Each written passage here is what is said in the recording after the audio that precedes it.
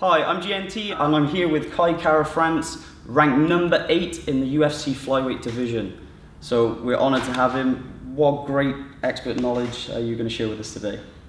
So today what we're going to go over is setting up our right hand with feints. So making our opponent hesitate and keeping them guessing, and then we're going to execute what we want. So we're going to either get them drifting the way we want, and then we're going to be setting up a right hand and then into our switch kick, eventually leading into your expertise, which is the spinning back kick and then the spinning heel kick. So it's all intertwined, and let's just get straight into it.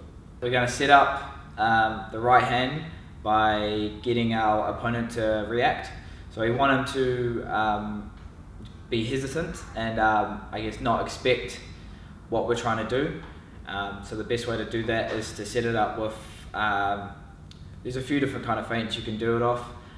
From your fight stance, you can go off just a jab feint by itself, where you're poking it in his face, like a half jab, and then bringing it back. You can go hand and foot feint at the same time. So you're taking a half step in and looking like you're going to bridge in with the jab, just to get a reaction. Another feint that I like to use is drawing my right hand and extending it halfway and just kind of sticking it in his face like you're going to throw your right hand. Just trying to get a reaction that you would when someone is throwing the right hand. And then lastly, feinting with your back leg.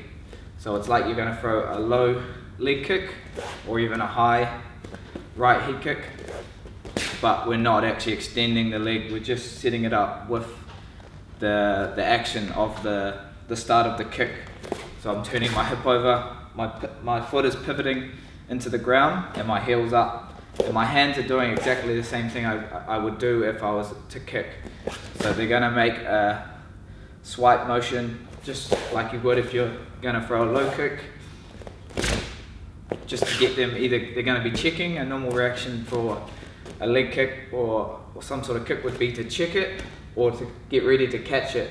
So that's exactly the kind of setup that we want. So these are just all kind of different feints to set up our second phase, which will be either to set up your right hand.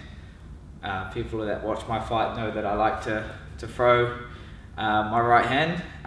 So I like to set it up the best way I can, because you can't just throw it off one-off, otherwise you're going to give away your best shot. So you got to put it behind something, which is why we put it behind a feint. I will demo it. So we'll get in our fight stance.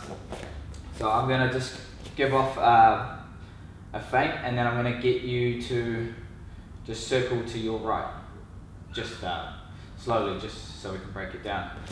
So we'll be coming into fight, into distance. Before I engage, I'm going to do one of the 4 feints that I just went over.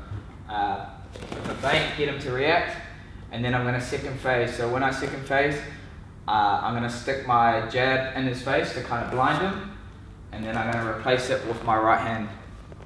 So again, going to feint, frame, and then that's the rangefinder. So if I'm not touching him with my hand, then my right hand won't be on. So I've got to be touching at least something, and then that will give me an indicator. Okay, I can actually throw my right hand now, and I'm in range. Again. Another thing, when you're throwing your right hand, we don't want to be telegraphed, so we don't want to have our elbow high. We want to have it nice and tucked, keeping it masked so he doesn't actually know what is coming. And then when we do take the frame away, it's coming straight behind it, so it doesn't give him time to kind of block it. So again, one of the feints. Boom.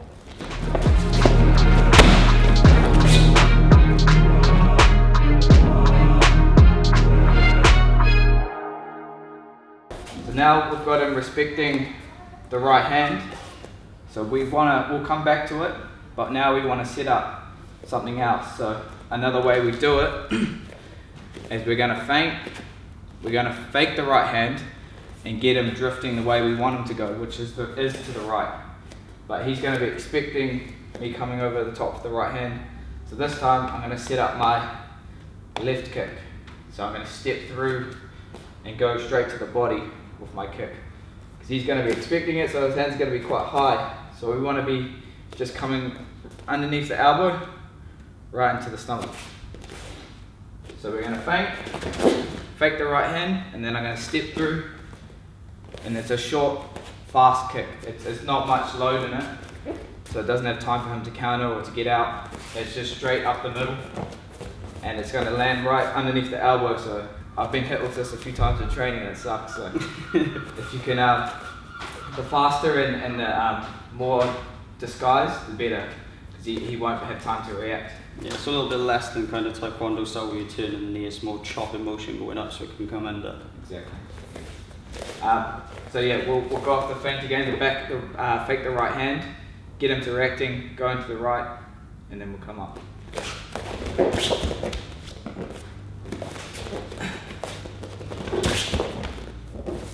One key detail when you step in, when you go in for the kick, just in case he is throwing something back, we want to make sure that our head isn't directly in front of the punches, so our head needs to be offline.